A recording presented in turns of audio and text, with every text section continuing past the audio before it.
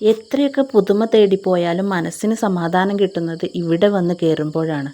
എൻ്റെ ഈ വീടിന് പറയാൻ എത്രയെത്ര കഥകളുണ്ടാകും, എത്രയെത്ര ആളുകളുടെ കഥകളുണ്ടാവും. ഈ അടുക്കളയിലേക്ക് വരുമ്പോൾ തന്നെ ഒരു സമാധാനമാണ്.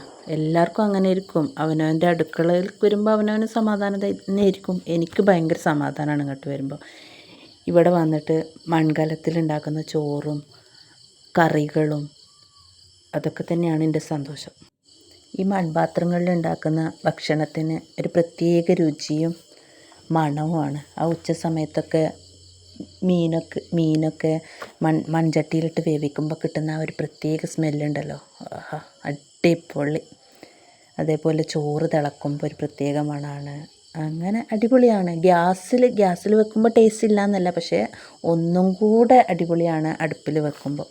അപ്പോൾ ഇന്നത്തെ എൻ്റെ ഈ ചെറിയ വീഡിയോ ഇഷ്ടപ്പെട്ട എല്ലാവരും ഒന്ന് ലൈക്ക് ചെയ്ത് സബ്സ്ക്രൈബ് ചെയ്തൊന്ന് സപ്പോർട്ട് ചെയ്യണേ. സബ്സ്ക്രൈബ് ചെയ്യുമ്പോൾ ആ ബെൽ ബട്ടണും കൂടെ ഒന്ന് അമർത്തിയാൽ ഞാൻ വീഡിയോ ഇടുമ്പോൾ ആ നോട്ടിഫിക്കേഷൻ നിങ്ങൾക്ക് കിട്ടും.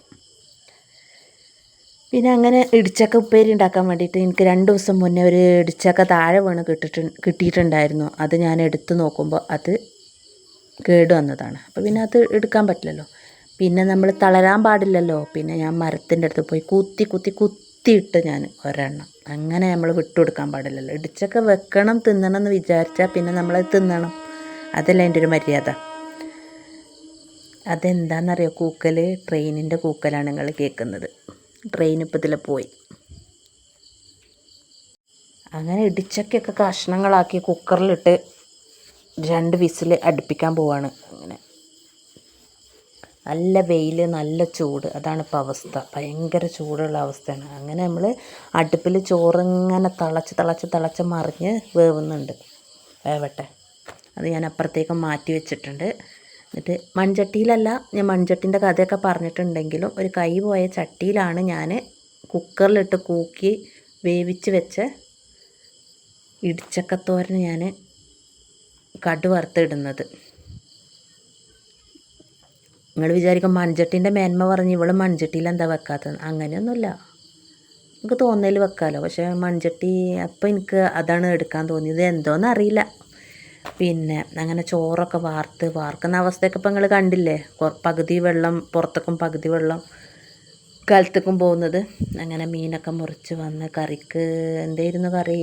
പരിപ്പും ചിരങ്ങ അത് രണ്ടും അടുപ്പത്ത് വെച്ച് ഏകദേശമൊക്കെ അടുപ്പത്ത് തന്നെയാണ് ഞാൻ വേവിക്കുക. ഗ്യാസ് ഉപയോഗം കുറവാണ്.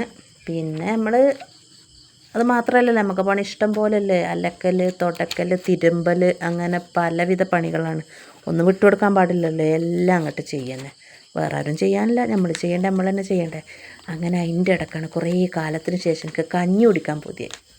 അങ്ങനെ മീനൊക്കെ മുറിച്ച് മത്തിയെടുത്ത് പൊരിച്ച് കഞ്ഞിയും ഇടിച്ചക്ക തോരനും മാങ്ങ അച്ചാറും കൂട്ടി കഞ്ഞി കുടിച്ചതിന് ശേഷമാണ് അടുത്ത പരിപാടി തുടങ്ങിയത്. അടുത്ത പരിപാടി എന്താണെന്ന് വെച്ചാൽ ഇത് തന്നെ. ഏത്?